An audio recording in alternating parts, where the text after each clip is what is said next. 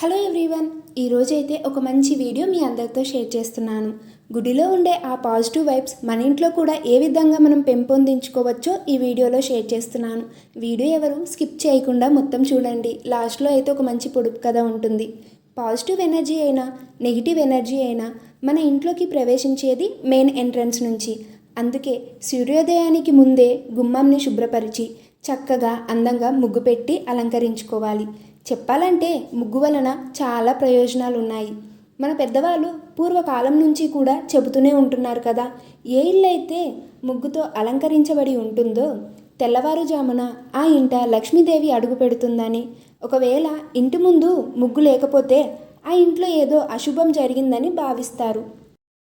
అందుకే ప్రతినిత్యం కూడా ఇంటి ముందు ఒక చిన్న ముగ్గునైనా వేయాలని మన పెద్దలు చెబుతారు. హౌస్ వైఫ్స్ అయితే ప్రతిరోజు ముగ్గు పెట్టడానికి కుదురుతుంది. వర్కింగ్ ఉమెన్ సంగతి ఏంటని అడుగుతారు కదా. ప్రతిరోజు ఇంటి ముందు ఇలా ముగ్గు పిండితో ముగ్గు పెట్టలేని వాళ్ళు చాక్ పీస్ యూస్ చేసి అయినా సరే ఒక చిన్న గీతను గీయవచ్చు. ఉదయాన్నే తడిబట్ట పెట్టడానికి, అలాగే ఒక చిన్న ముగ్గు గీత గీయడానికి 5 నిమిషాలు చాలు. ఏదో ముగ్గు వేయడం అంటే ఒక చిన్న గీత గీసేయడం కదా అని అనుకోకండి. ఇది కూడా ఒక యోగా మెడిటేషన్తో సమానం. కొంతమందికి చిన్నపిల్లలు ఉంటారు, లేకపోతే అనారోగ్య సమస్యలతో బాధపడుతున్న పెద్దవాళ్ళు ఎవరైనా ఉంటారు ఇంట్లో. ఇంకా జాబ్ చేసే వాళ్ళకైతే షిఫ్ట్స్ ఏవైనా ఉంటాయి.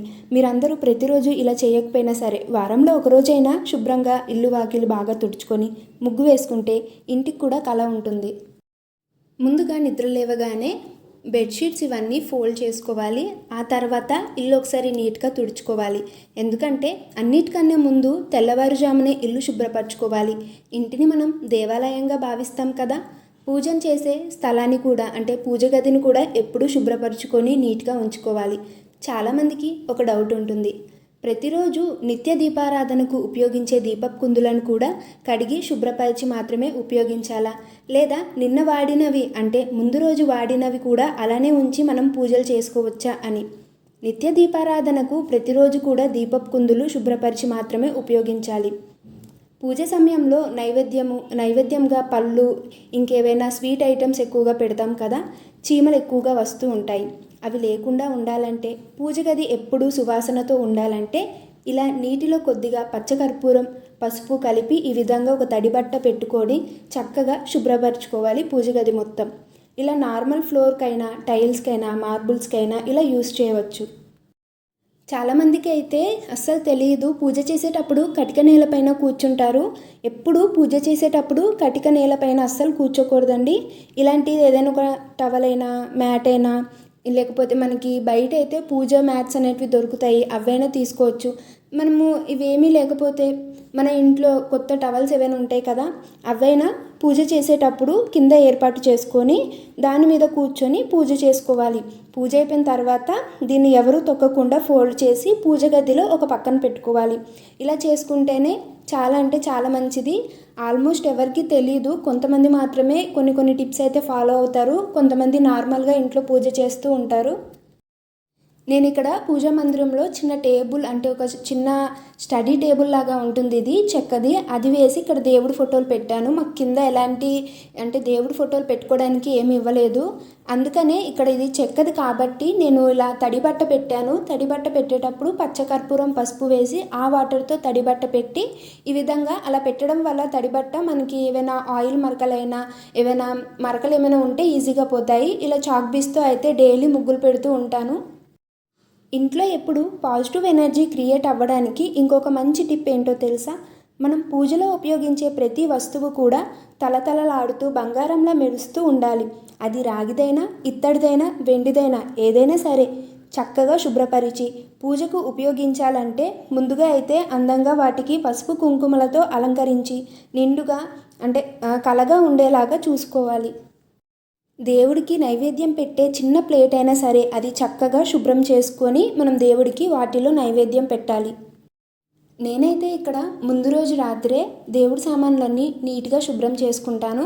ఇలా ముందు రోజు శుభ్రం చేసుకోవడం వల్ల ఉదయాన్నే మనం సూర్యోదయానికి ముందే తెల్లవారుజామున ఇంట్లో దీపారాధన చేసుకోవడానికి మనకి వీలుగా ఉంటుంది.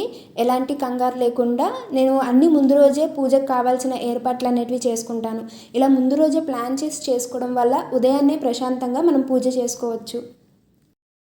వర్కింగ్ ఉమెన్స్ అయితే డైలీ క్లీన్ చేయాలంటే వీలవ్వదు కదా. అలాంటప్పుడు మీరు దీపారాధనకు కావాల్సిన దేవుడి సెట్స్ ఉంటాయి కదా, మామూలుగా దీపపు కుందులు కానీ ఏవైనా, అవి మనం 2 సెట్స్ అయితే తీసుకుంటే మనకు ఇంట్లో ఎప్పుడు పాజిటివ్ ఎనర్జీ ఎప్పుడూ ఉండాలంటే ఖచ్చితంగా మన గడపకు పసుపు కుంకుమ చక్కగా అలంకరించి ఉండాలి. గడపకు పసుపు కుంకుమ మనం స్నానం చేసిన తర్వాత మాత్రమే రాయాలి. ఒకవేళ మీరు ఏ రోజైతే వారాన్ని చాలామంది వారంలో 2 రోజులు మాత్రమే ఇంట్లో దీపారాధన చేసుకుంటూ ఉంటారు, అంటే శుక్రవారం శనివారం అలా. అలాంటప్పుడు ఏం చేయాలంటే ముందు రోజు మనం సాయంత్రమే ఒక్కోసారి ఫ్రెష్ అప్ అవుతూ ఉంటాం కదా. అలాంటప్పుడు స్నానం చేసిన వెంటనే ముందు రోజు ఇలా గడపకు పసుపు రాసి బియ్యపిండితో మాత్రమే ముగ్గు పెట్టుకోవాలి. చాలామంది నార్మల్గా ముగ్గుపిండి యూస్ చేస్తూ ఉంటారు బయటవి. అలాంటివి కాకుండా ఇంట్లో తయారు చేసుకున్న బియ్యపిండి ముగ్గుపిండితో మాత్రమే మనము ఇలా ముగ్గు అనేది పెట్టుకోవాలి గడపకి. ఇక్కడ చూస్తున్నారు కదా, గడపను నిండుగా పసుపుతో అలికి చక్కగా ఇంకా ముగ్గునైతే పెట్టుకున్నాను. ఇంట్లో పాజిటివ్ ఎనర్జీ పెంచుకోవడానికి మనం పాటించవలసిన నియమాల్లో మొట్టమొదటిది తులసి పూజ. ఏ ఇంట అయితే నిత్యం తులసి ఆరాధన జరుగుతుందో ఆ ఇంట లక్ష్మీదేవి కొలువై ఉంటుందని మన పురాణాలు చెప్తున్నాయి. ఇంట్లో తులసి కోట ఉన్నట్లయితే తులసి కోటను బాగా కడిగి చక్కగా పసుపు రాసి కుంకుమ బొట్లతో అలంకరించుకోవాలి. ఇంట్లో తులసమ్మ ఉండడం వల్ల ఆ గాలి పీల్చడం వల్ల కూడా ఆరోగ్య సమస్యలు తొలగిపోతాయి. ఎలాంటి చెడు దృష్టి కూడా మన ఇంటిపైన పడకుండా తులసమ్మ కాపాడుతుంది. తులసి ఆరాధన అంటే కష్టమైన పూజ అనుకోకండి. చక్కగా సూర్యోదయానికంటే ముందే రాగి చెంబుతో తులసమ్మకు నీళ్లు పోసి కొద్దిగా పసుపు కుంకుమ పెట్టి తులసమ్మ దగ్గర చిన్న దీపం పెడితే సరిపోతుంది. కొద్దిగా చక్కెర కానీ బెల్లం కానీ నైవేద్యంగా సమర్పించాలి. నెక్స్ట్ టిప్ ఏంటంటే గుడిలో ఉన్న అనుభూతి, అంటే పాజిటివ్ వైబ్స్ అనేటివి గుడిలో ఉంటాయి కదా, చాలా ప్రశాంతంగా ఉంటుంది. అలాంటి పాజిటివ్ వైబ్స్ మన ఇంట్లో ఉండాలంటే నిత్య దీపారాధన దానికి చాలా అంటే చాలా బాగా ఉపయోగపడుతుంది. ఒకసారి తెల్లవారుజామున లేచి దీపారాధన చేసి చూడండి. ఆ వెలుగుతున్న జ్యోతి సకల దేవత స్వరూపం. పువ్వులు, నైవేద్యం, ధూపం అన్నీ సమర్పించి నమస్కరించుకుంటే పాజిటివ్ ఎనర్జీ దానంతటా అదే వస్తుంది మన ఇంటికి. మనం చేసే ప్రతి పనిలో కూడా చాలా అంటే చాలా ఉపయోగపడుతుంది. తెల్లవారుజామున అంటే అందరికీ వీలవ్వదు కదా. వారంలో ఒక్కరోజైనా శుక్రవారం రోజైనా ఇలా సూర్యోదయానికి ముందే దీపారాధన చేసుకుంటే ఆ రోజు ఇంట్లో ఒక మంచి పాజిటివ్ వైబ్స్ ఉంటాయి. అలాగే రోజు వీలు కాలేని వాళ్ళు ఉదయం మనము 9 లోపైన ఇంట్లో దీపారాధన చేసుకోవచ్చు. అందరింట్లో ఏదైనా ఒక సమస్య ఉంటుంది కదా, చిన్నపిల్లలైనా లేకపోతే ఎవరైనా పెద్దవాళ్ళు ఉంటారు. అలాగే కొంతమందికి వీలవ్వదు. అలాంటి వాళ్ళు మనము డైలీ చేసుకోకపోయినా ఇలా శుక్రవారం రోజైనా లేకపోతే సాయంత్రం పూట సంధ్యాదీపమైనా పెట్టుకుంటే చాలా అంటే చాలా మంచిది. ఇంట్లో నిత్య దీపారాధన చేసుకోవడం వల్ల ఒక మంచి పాజిటివ్ వైబ్స్ ఉంటాయి కదా. చాలామంది ఏమంటారంటే నాకు టైం లేదు ఈరోజు దీపం పెట్టడానికి అని అంటూ ఉంటారు. టైం అనేది అది ఎప్పుడు అలానే ఉంటుంది. మనం టైంని అడ్జస్ట్ చేసుకొని మన పనులు అనేటివి మనము ఏ విధంగా ఎలా చేసుకోవాలో ప్లాన్ చేసుకోవాలి. నేను ఇక్కడ ఉదయాన్నే దీపారాధన చేసుకుంటాను కాబట్టి ఆ రోజంతా నాకు చాలా ప్రశాంతతగా ఉంటుంది. ఇంకా ఉదయాన్నే నేనైతే ఇంట్లో అనేటివి డైరెక్ట్గా లైట్స్ అయితే ఆన్ చేయకుండా ఇలాంటి మనకి చిన్న చిన్న లైట్స్ ఉంటాయి, వామ్ లైట్స్ ఇలా ఉంటాయి కదా, అవైతే ఇంట్లో ఒక్కోసారి వేస్తూ ఉంటే ఒక మంచి పాజిటివ్ వైబ్స్ ఉంటాయి. నెక్స్ట్ వన్ అయితే ప్లాంట్స్. మనం ఇంట్లో ఇండోర్ ప్లాంట్స్ పెట్టుకోవడం వల్ల చాలా అంటే చాలా మంచిది. నేను ఎక్కువగా ఇండోర్ ప్లాంట్స్ పెంచడానికి అయితే ఇంపార్టెన్స్ ఇస్తూ ఉంటాను. అలాగే ఊర్లీ కూడా ఇలా ఫ్లవర్స్తో డెకరేట్ చేసుకుంటే ఇంట్లో ఒక మంచి పాజిటివ్ వైబ్స్ ఉంటాయి. ఈరోజు పొడుపు కథ వచ్చేసి, వీధి ప్రక్కన ఎర్ర చొక్క అబ్బాయి ఎప్పుడు చూసినా నోరు తెరుచుకునే ఉంటాడు.